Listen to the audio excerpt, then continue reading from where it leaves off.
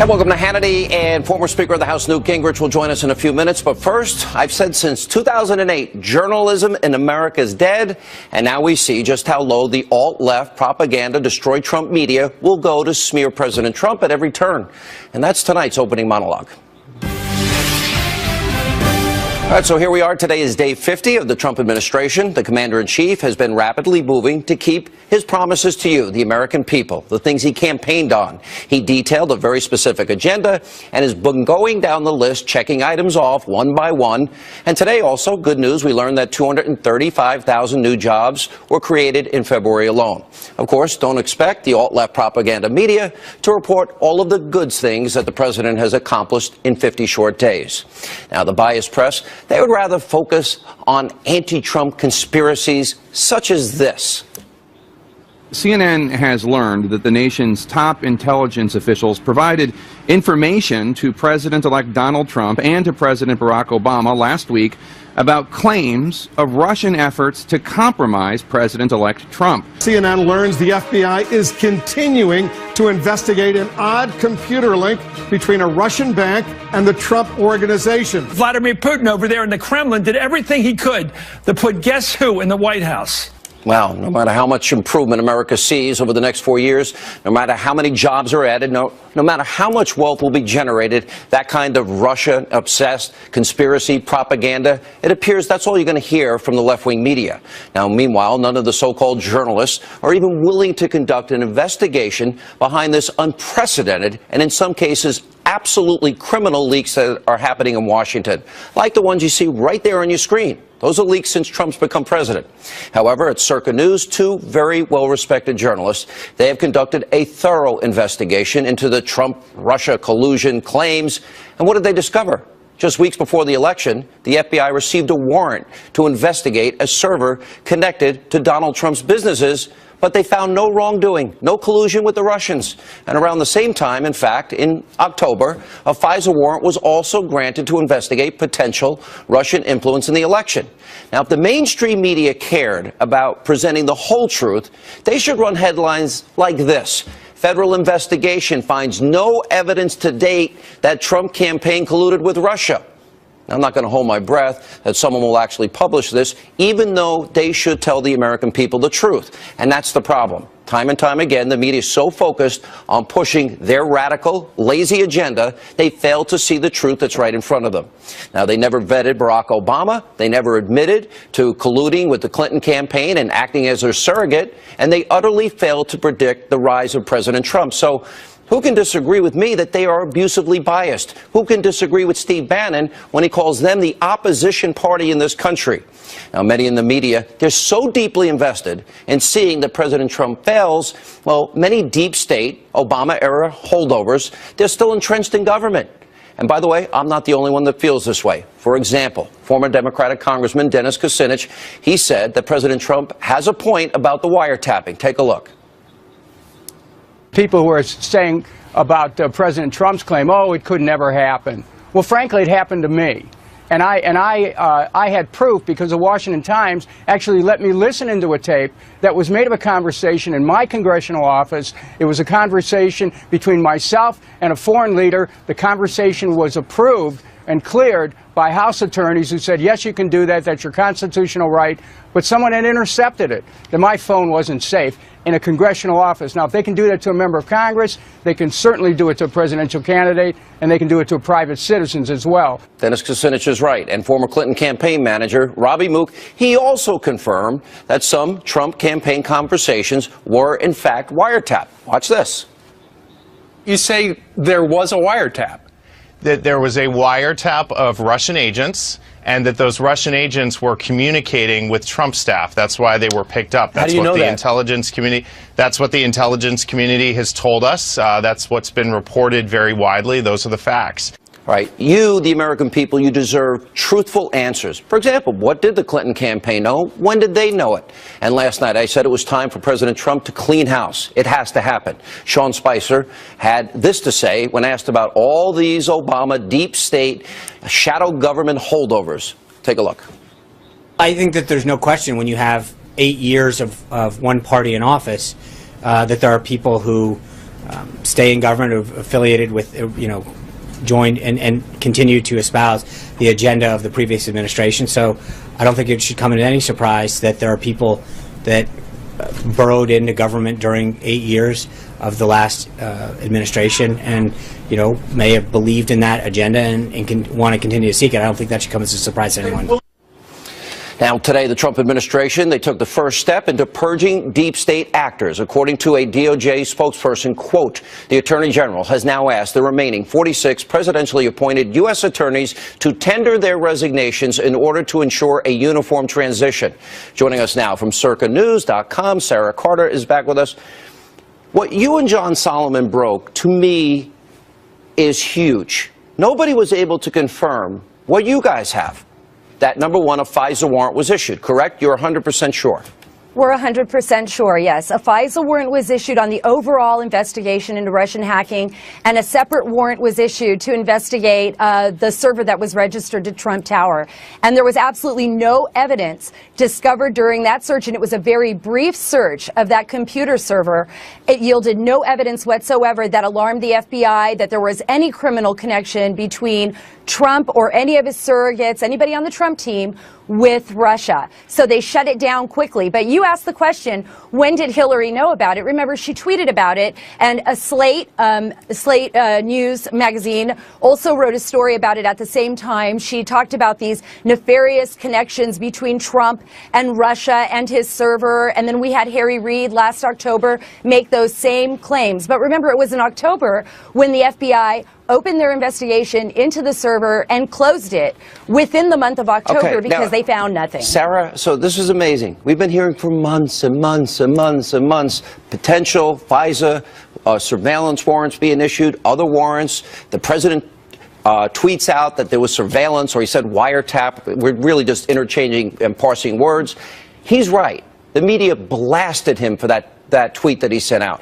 But there was surveillance. There were 2 warrants. It happened. They found no evidence at all to say that there was any collusion.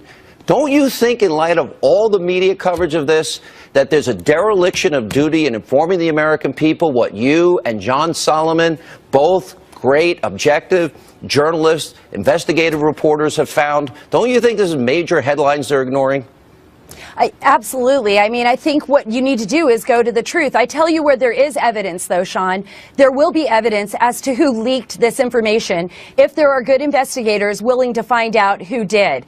And that's where the trail of breadcrumbs will be. Because even though there's a wide expanse of intelligence agencies that can access this type of information, the leak on Flynn's telephone call, that was signals intelligence. That's a felony. Revealing that, like they did to the Washington Post, to David Ignatius, is actually a felony. And every time you go into a SCIF, that's a compartmentalized room that is highly guarded so you can look at this information. Every time you go in there, you leave a marker. And that marker remains there so that people can go back and see who viewed that information. So if somebody wants to find out who the leaker is, if somebody wants to find out who violated federal law and leaked classified information on the wiretaps that were on the Russian ambassador, not on Trump, but they were on the Russian ambassador at that time and not on Flynn, they can find out. And that evidence is there. So I believe that whoever is appointed to investigate on the leaks will eventually sniff out that person, and that person will be exposed. Well, Sarah, I got to say again, both to you and John Solomon, really great investigative work. You deserve far more credit and coverage than you've been getting. Has any major other media television network reached out to you both? No, I mean, I've seen it out there. I've seen people talking about it, but no, they have not. That's sad. All right. We will continue to follow this story into next week, I promise you. Now, with more reaction, author of the New York Times bestseller Treason, former Speaker of the House, Fox News contributor Newt Gingrich. 2 warrants issued, no evidence found, basically exoneration by the investigative units, and the narrative has gone on since before the election. What does this tell you? Well, you know, the first thing that hit me tonight, listening carefully to that interview, and she really made some good points. The second warrant, which apparently went right at the campaign computer, is sort of the electronic equivalent of Watergate. I mean, in 1972, when the Nixon operatives, who were government employees, broke into the Democratic headquarters to find out what the Democrats were up to, that was considered such a huge scandal, it ultimately cost President Nixon his job. Now, what you have now is electronically, the federal government has gone into a campaign computer in what was clearly a fishing expedition. They found nothing, but they in effect ran the risk of violating the campaign, and it makes the question, why would the court have issued a warrant to go into a political campaign computer when there is in fact no evidence that the campaign was in any way involved with the Russians? It is unbelievable to me, because we've learned a lot about the news media. I said in 07 and 08, you called me once in the 08 election, and you said I really was going out on a ledge and investigating Obama's radical associations and Ayers and Dorn and Wright and Alinsky and Acorn and Frank Marshall Davis. And you cautioned me as a friend, because we've been friends for a long time. And I kept going. You said I'm probably risking everything doing it. But they never vetted him. They never told the story of how his rigid ideology failed this country. They colluded with Hillary Clinton. Now they are hell-bent on bringing destruction to this president.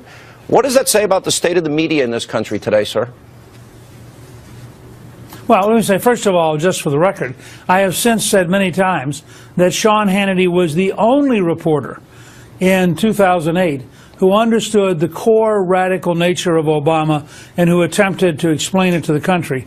And in that sense, you were way, way ahead of anybody else in actually understanding what the underlying motivation of radicalism was that Obama was involved in. Look, I think it's pretty straightforward, and I actually like the phrase that Trump has used before. You have fake news. The fake news is created by people like the Washington Post and the New York Times because they're waging war on the Trump administration. This is not just bias. This is not just slanted coverage. These people are at war with the very survival of the Trump administration. They are the opposition. Sean Spicer was exactly right today. Right. They are the opposition party, and they are helped by government employees who overwhelmingly voted for Hillary Clinton.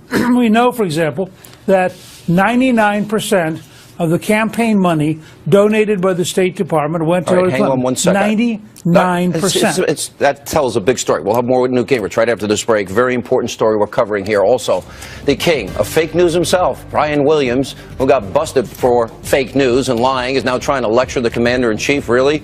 Austin Goolsbee, David Martosco, and later, Tommy Lahren and Jessica Tarlov are here. A busy news night on this Friday.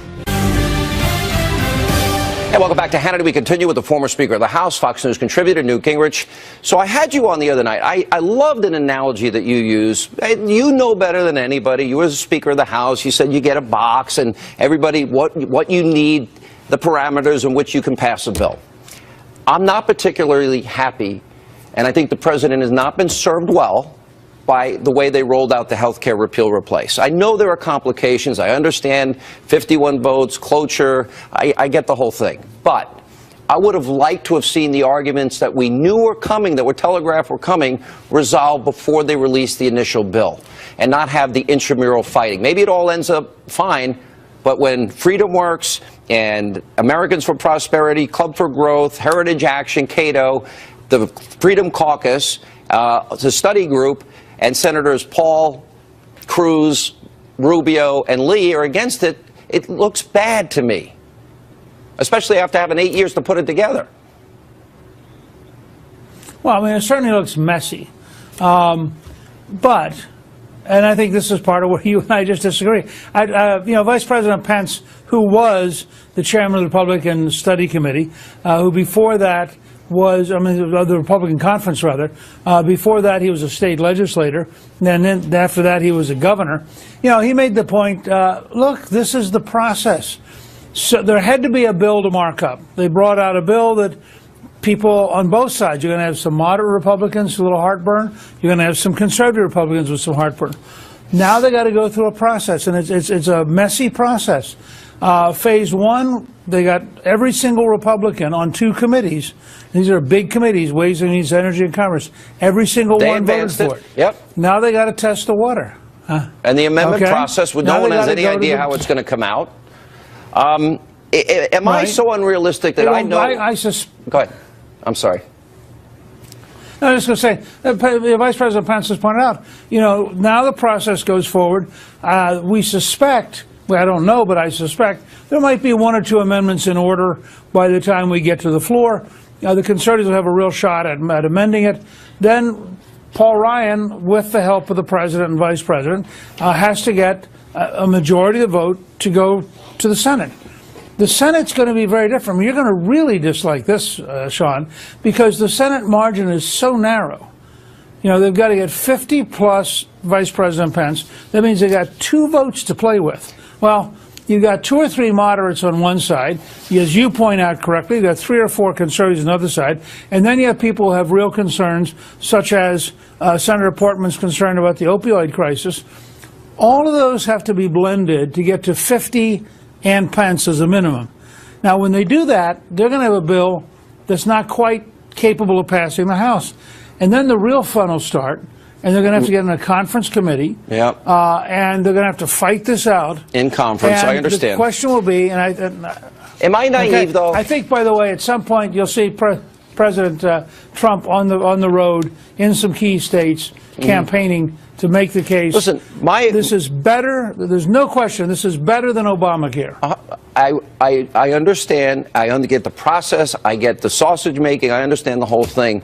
Am I naive in thinking that a lot of this public fighting could have been avoided had everybody gotten a room and worked it out, at least a lot of it, not all of it, ahead of time with all the considerations you laid out, especially because they had 8 years to do this? I'm naive, right? I'm stupid. I think that, no. I mean, last year the Republican House had a bill. They went through a long process. I think they had 7 different member meetings, and they put together a bill that I think had pretty wide support. I think they probably underestimated the importance of going through something this year that was more transactional. I agree with you on that. My only point would be, since you're off on the sausage making, is you ain't going to get a sirloin steak. There is no way in the American legislative process to get a sirloin steak. We might get a slightly tastier sausage. How's that for a Friday afternoon analogy? Mr. Speaker, have a great weekend. Thank you for being with us. And welcome back to Hannity. So some of the alt-left propaganda destroyed Trump media. They're finally admitting how abusively biased they were towards then-candidate Donald Trump during the election. Nate Silver is out there with an article with the headline, quote, "There really was a liberal media bubble." And guess what? It hasn't gone away. Take a look at the latest examples of bias from the king of fake news, Mr. Brian Williams himself. No serious person would say what he did. President Trump offered no evidence. There is no evidence, so we are left with a reckless smear of a former president. In that way, it was a stunner of a weekend here and abroad. The office of the president, if not the occupant, must speak with moral authority, especially at a time when North Korea is lobbing 4 missiles into the sea off Japan. And then there's MSNBC's poor Mika Brzezinski. She's losing it lately, suggesting that Trump is potentially threatening global security. Take a look at this hysteria. I will just say that what I think we're seeing across the board here is potentially threatening to our global security. I agree with you. On every level. And I urge people to read and really make decisions about exactly what they're seeing. I understand why so many people voted for him. I understand where you were coming from. I understand why you liked him. But this man is lying to you. Here with reaction, former Obama economic advisor, hysterical at times himself, Austin Goolsbee, and U.S. political editor at dailymail.com, David Martosco is with us. Austin, look, I love you. Are you really afraid of Trump? Are you really worried, like your liberal, hyperventilating, hysterical brethren on the left? No, hysterically funny. Well, it is kind of funny to me, to be honest, watching you snowflakes freak out every day. Now, look, Sean, the thing is, the biggest network on cable is your network. You've been extremely positive on Donald Trump. On the very shows that you're talking about with Mika Brzezinski, there's a former Republican congressman sitting right next to her who provides a different perspective. Well, by the way, we call him Liberal Joe. Liberal Joe has lost his conservative credentials many years ago. I know compared to you, Sean, they're all liberals, but I'm saying well, that's true. There are many different media sources. and that some of them are liberal and some are conservative, that's healthy. There's nothing wrong with that. All right, fair enough. But, David, I do think that, you know, for Nate Silver to admit that, I thought showed a lot of character on his part. I've never been the biggest fan. He was wrong a lot during the election. He'd been right in past years. You know, give him some credit. His models were interesting, but he talked about the liberal bubble. The Daily Mail is not really part of that bubble. Well, we're not part of any bubble. We're really unique on the spectrum of media that's covering the president. I mean, I spent almost 2 years out on the trail covering Donald Trump when he was running. And I will tell you, if you think there is a liberal bias in political media, you really have no idea how right you are. I think Nate Silver hit the nail on the head in one respect. He said it's not just because they are that way. It's not just because they all share this political view. It's because they don't listen to people or have a lot of people around them who think differently. There's a lack of intellectual and ideological diversity in the media. I think it's fair to say that at least 9 out of 10 of the reporters covering Trump on the trail would never imagine voting for him. And I'll tell you, Martha Raddatz was not the only journalist crying on election night. I saw several at Trump's election victory party. That's just the way it is. Kudos to Nate Silver for finally calling it what it is. You know, I mean, you got to admit there's some truth there. Austin, look, you're a pretty honest guy. We're never going to agree on the economy. We're never going to agree on, well, pretty much everything except that you married up. We agree on that. But short of that, I mean, you got to admit the left's reaction is way over the top, and I would argue that liberal bubble exists. The Russia story we have now debunked. We have Sarah Carter, John Solomon, two well-respected investigative journalists. John Solomon for 20 years with AP, and he's saying, yeah, there was a FISA warrant, yeah, there was another warrant, yeah, there was surveillance at Trump Tower, and they found nothing. Not one shred of evidence of collusion with the Russians. Which, how many months has the media been selling us that crap? That's what I want to be true. That's what I want to be. Well, I don't want to find out that the president is engaged in some nefarious activity. And I agree that Nate Silver's point that the media live in a bubble, how can you not say that's true? They all predicted Trump was going to lose, and he didn't lose. But at the same time, by the way, I'm in the media. I didn't predict that. I know, but look, I did predict Obama would be a failure, your friend. In the media. I was right about that, too. My question to you, Sean, my question to you is this. Okay. Do you really want us to trust the government as much as what you're talking about? If Donald Trump hired a national security advisor and the media comes to find out that he was being paid as a lobbyist for a foreign country, do you really want them not to report that? No. Should they not say that? Of course they should Listen say to me. That's legitimate, and even Trump said it's going to be stories I don't like, but it's legitimate journalism. Nobody's talking about shutting down the press. I'm saying there's this hyperventilating hysteria that has emerged, which is very different than what you're discussing. You know, but I would also add, and you should, as a liberal that believes in privacy, I assume, they shouldn't have leaked. They shouldn't have leaked from the intelligence community a conversation when they were surveilling not General Flynn, but the Russian ambassador. That's illegal. That's a violation of the Espionage Act, and that ended up in his career going up in smoke. So I would think on that issue, that's more important. Yeah, look, I don't condone illegal leaks, and I don't condone the illegal leaks of WikiLeaks either. I have been very consistent on both sides that I don't like them releasing that kind of illegal maybe Hillary, David, if she would keep her emails server where it's supposed to be and not put it in a mom and pop shop bathroom closet, and if Podesta didn't fall for phishing scams, that's not Donald Trump's fault. Well, no, it's not. And let's be very clear about this. There are some very skilled, smart, and honest reporters covering the White House right now. But there are also some people who are just waking up every morning looking for the silver bullet that's going to kill the Trump monster. There are journalists like that. I think one of the things the Daily Mail has always been really good at is in just having a bias toward interesting stories. I mean, a lot of this stuff about Russia isn't all that interesting to people. It doesn't penetrate to, single moms in Peoria. Not a shred of evidence has been presented, and they keep lying to the American people. That may be true, but it's also just not that interesting a story. Look, I can speak for myself and my colleagues. We try to write things about characters and conflicts, but they have to be interesting stories. All right. And by the way, I still like Austin Goolsbee. It's a weakness I have. I'm trying to get over my weaknesses in life. Sean, all right, coming up. Liberal comedian Samantha Bee hits a disgusting new low, even for her, by mocking a terminally ill cancer patient who attended CPAC and saying he had a Nazi haircut. Well, she apologized. We'll get into that. Tommy Lahren, Jessica Tarlov, they're here with reaction, and then later tonight. my administration has been working on improved vetting procedures, and we will shortly take new steps to keep our nation safe and to keep those out who will do us harm. You know, the left, they may want to stop their criticism of the extreme vetting proposal he has. According to a brand new Fox News report, an alleged Iraqi insurgent fighter entered the U.S. through the refugee program by reportedly lying about his identity. Geraldo and Bo join us with reaction. Hey, welcome back to Hannity. You know Samantha Bee, the host of Full Frontal on TBS. She was forced to apologize after mocking the hair of a CPAC attendee. Watch this. This year, the bow ties were gone, replaced by Nazi hair. Nazi hair, Nazi hair. Well, it turns out that one of the people that Bee is making fun of, Kyle Coddington, well, has hair like that because he has stage 4 terminal brain cancer. Now, Bee did finally apologize to Kyle, but here's what he said on Fox and Friends earlier this morning. The effects of this go much further than just insulting me and the illness itself.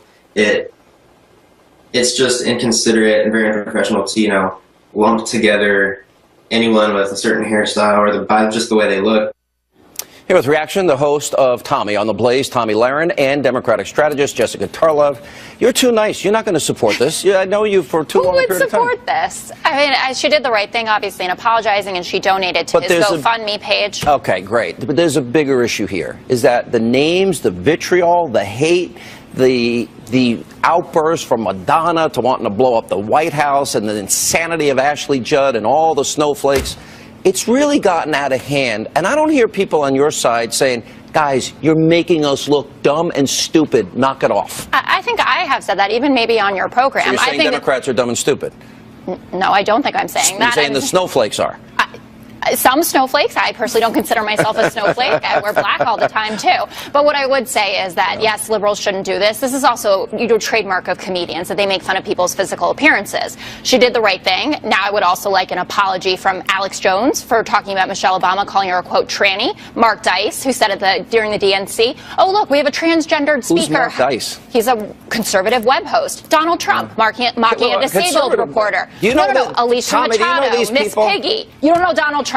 You know, I do know these people, but my question for Jessica would be, and this is just an honest question I want to know, do you think that this was a conservative host, even a conservative comedian host? Do you think that the left would have called for them to step down, called for them to resign? Step down from not what? Whether you from think her show not on that TBS? Yes. Do you think that the left would have asked a conservative host to stand down or to be fired if a conservative host had said to stand down every day? No. Do you think that? No, Jessica, that's not my question. Do you think that the left would have asked a conservative host to be fired if they had made these comments?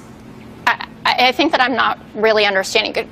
Would the left have asked Alex Jones, when he called Michelle Obama a, quote, tranny, to stand down? Yes. I'm asking I think what Tommy, let me see if I can jump in. Because what Tommy's pointing out is a real clear present danger for all conservatives. There are groups that monitor, and I know who they are, in their underwear, total losers in life, that monitor 3 hours of my radio show, an hour of TV, in the hopes that I say one word, one phrase, one sentence wrong, no chance to apologize, even if it was an honest mistake, in the hopes that they can target my advertisers and silence us. Tommy, is that what you're suggesting here?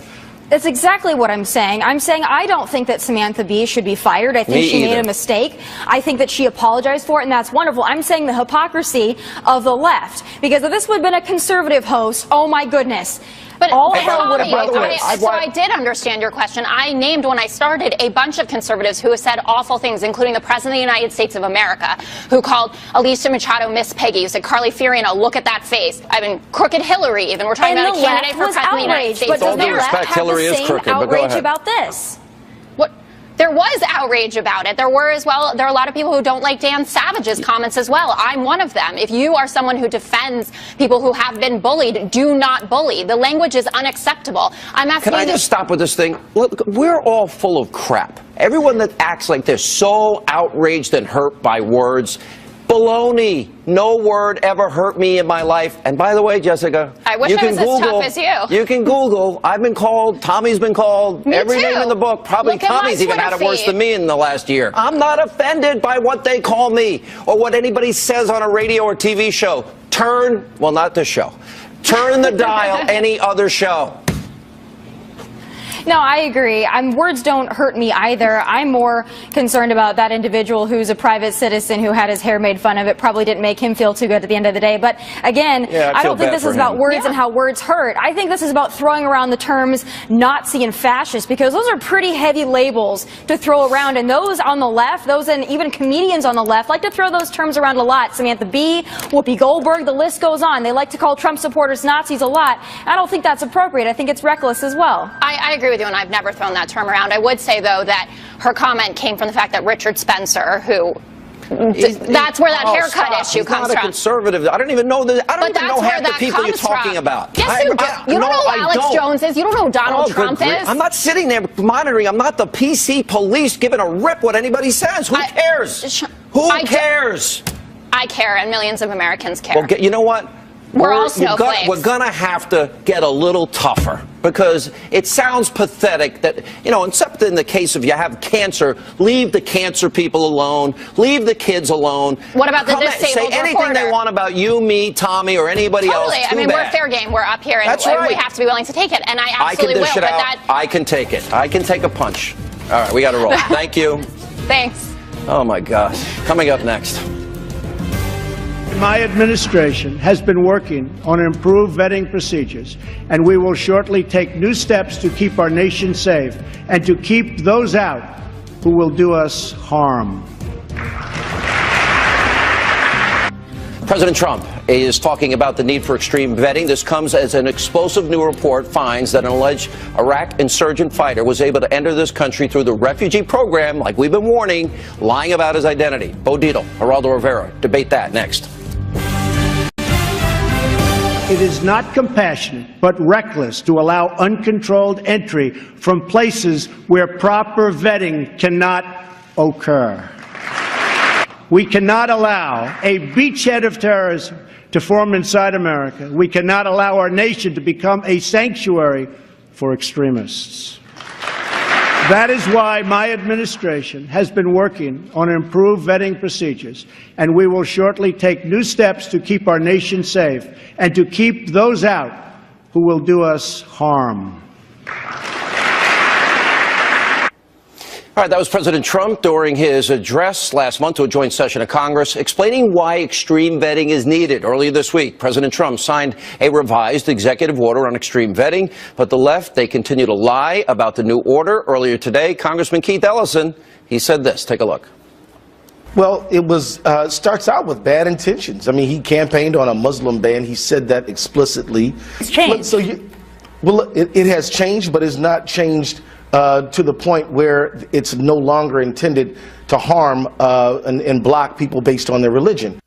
All right, just this week, Senator Ron Johnson, he sent a letter to the Attorney General, Jeff Sessions, asking him to look into how an alleged Iraqi insurgent who reportedly came into the country through the refugee program was not prosecuted due to, quote, resistance from Washington officials just before the 2016 election. Joining us now with reaction, Fox News senior correspondent Geraldo Rivera and New York City mayoral candidate with both of our endorsements right here. That's right. Bo Dietl. You have Hannity and Geraldo. BoForMayor.com. BoForMayor.com. How do you spell Bo? Geraldo, I love you. This is why we vet them. Let's keep Americans safe. Let's not gamble with American lives. Let's do due diligence.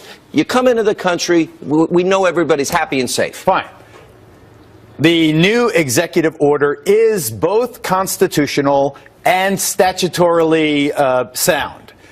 The problem is everything candidate Trump said about Muslim immigrants during the campaign. The court will say, I know you're saying now that there's not a religious test. I know that this is constitutional, but I know your real intention is to ban Muslim immigrants. I think that he has... Well, if that was really his intent, that's what the order would say. He has destroyed his opportunity by they're quoting Rudy Giuliani's comments. Well, wait a minute, 90% of Muslims not impacted. Well, let's talk about evolving. What the president said, you can always make a compromise and come back. Right now, what the president should come out and say, I thought about it. I made some statements when I was running for president, and I rethought about it. You know what I want to do? I want to make it tight for everyone coming into this country, whether they're coming from France or Germany. You have a lot of Syrians in Europe. I want to tighten up our vetting right now for everyone coming into the country. I'm going to take what you just said, and this is the answer. I think everybody coming into America, vetting. You got the presidency here better than anybody. You probably have a fast dial over there. I think the president should step up. And you know what they'll show? A humanity to all of America. Hey, look, I made a mistake. But what I'm going to say is we're going to start to extremely vet everyone coming in. We want to make sure it's secure. Here's a way to pay for it. If you want to visit here, you got to pay for your own vetting. Thank you. That's a great idea. Look at the global entrance that I did. That global entry. We all pay. What's it cost you? $1.50. Yeah, let's be real about it.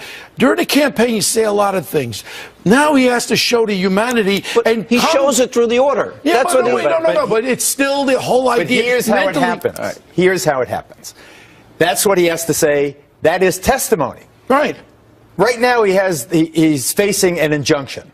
There will be an injunction on the new executive order, I predict. They'll go judge shopping. Then there'll be an evidentiary hearing. Then the court now has to see whether the facts justify the injunction. Exactly. And you know, Sean, you know, Geraldo, everything this president does is being attacked. You know what you do? Well, you take the attack mode out of there. When you say, forget about Muslims. Everyone will be extremely vetted coming into the United States of America because we don't want anyone that wants to destroy this country. Will he say He'll say it?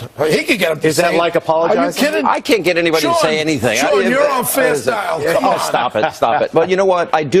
This is important. Yeah. Here's my thing is very simple, Geraldo. I'm not willing to gamble with one American life. Right. And there are these people from terrorist countries. And by the way, first country I'd include is Saudi Arabia. I was just going to say. Of course. If you want the country that's been sending terrorists our way, it's Saudi Arabia. Our friends, as they stick us in the back. But don't even pick out countries. Say we're going to start extreme vetting of everyone. I want everybody to know that as soon as we're done with the show tonight, we're going to watch the FDNY, NYPD, knockheads a boxing match, and Geraldo's been in the ring a few times. Geraldo was supposed to go out with his lovely wife Erica. Yeah, I just got him out of it. I got him out of a get out of jail free card. Although being with Erica is 1,000 times better than us. I love being with my wife. Thanks a lot, Geraldo. More fun than either of you. Ouch. No, come on, you're losing your man card. The last time we went out, he was swimming in the curb.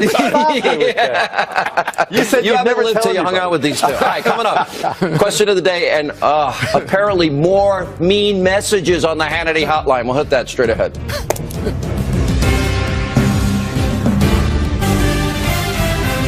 All right, time for our question of the day. So President Trump has now been in office for 50 days. How do you think he's doing? Just go to Facebook.com/Sean Hannity, @Sean Hannity on Twitter. Let us know what you think. All right, you've hit me pretty hard this week on the Hannity hotline. Let's see what we got tonight. It's always a surprise. Sean, please let your guests talk. They get right to a point that we want to hear. And it's important stuff that we want to hear from them, and you always butt in. Quit it. I would like Hannity to give a couple lessons to some of the people that are catching the football to throw it back to him. That's a big problem. Some people can't catch and can't throw. As a matter of fact, that might happen in a minute. I try to let people talk. You got limited time in these segments to try to get to the heart of the issue, but I will be more patient and I will take your admonition to heart. Now check the number on your screen. We want to hear from you. You can be mean or nice. Doesn't matter. 877-225-8587. That's all the time we have left this evening. Hope you have a great weekend. We'll see you back here on Monday. Let's see how he does tonight.